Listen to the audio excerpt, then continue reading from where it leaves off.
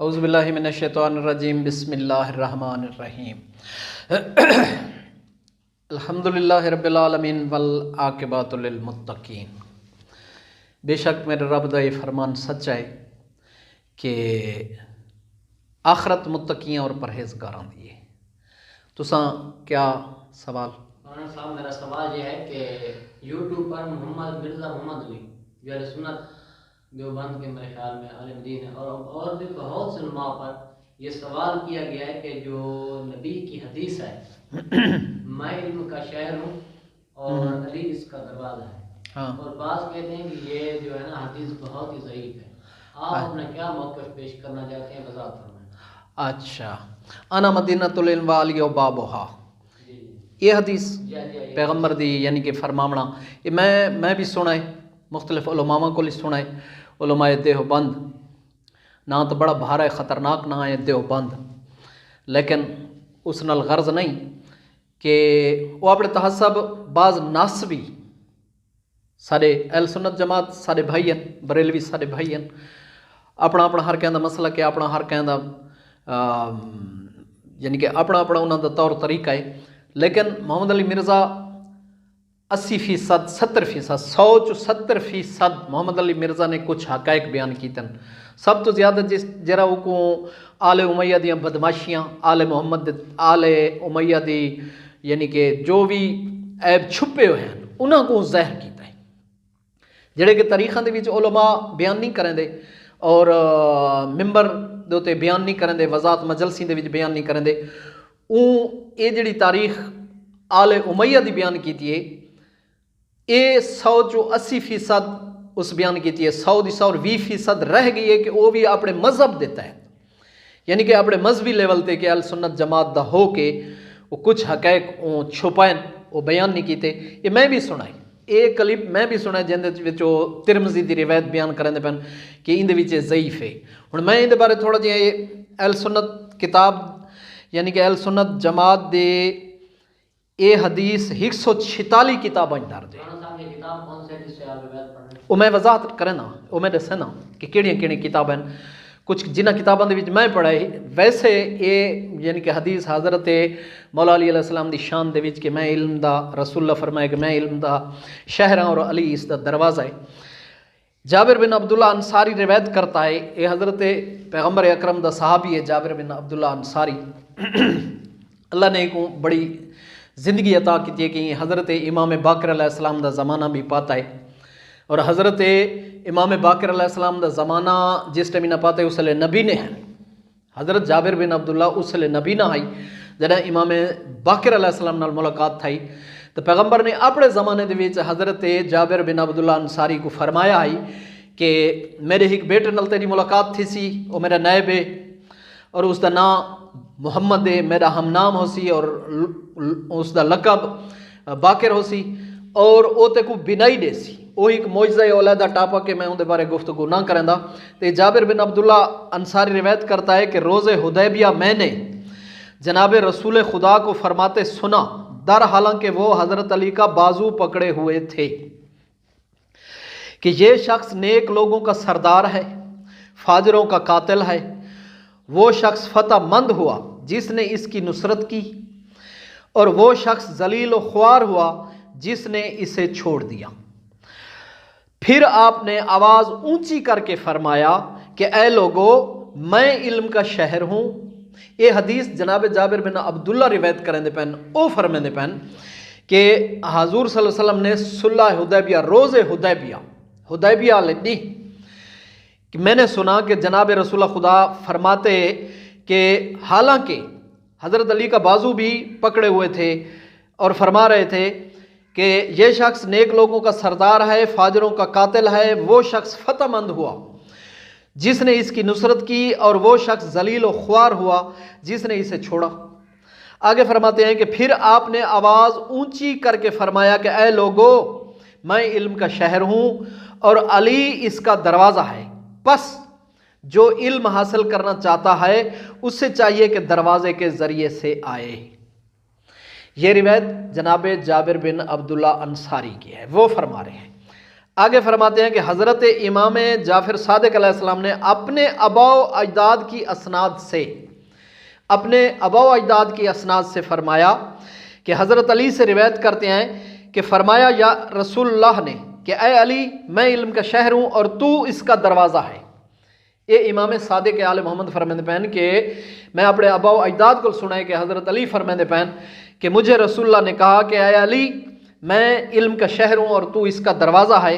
وہ شخص جھوٹا ہے جو کہتا ہے کہ شہر کے اندر دروازے کے علاوہ کسی اور ذریعے سے بھی آ سکتے ہیں، یعنی کہ وہ شخص جھوٹا ہے، وہ انسان جھوٹا ہے کہ جڑا آدھا کہ دروازے تو علاوہ دیوار پھلانگ کے کسی اور ذریعے تو شہری داخل تھی وہ انسان جھوٹا ہے۔ یہ ایک وضاحت ہے، یعنی کہ علامت دسائیے جناب مولا علی علیہ السلام نے۔ آگے فرماتے ہیں کہ ابن عباس، عبداللہ بن عباس حضرت پیغمبر اکرم دا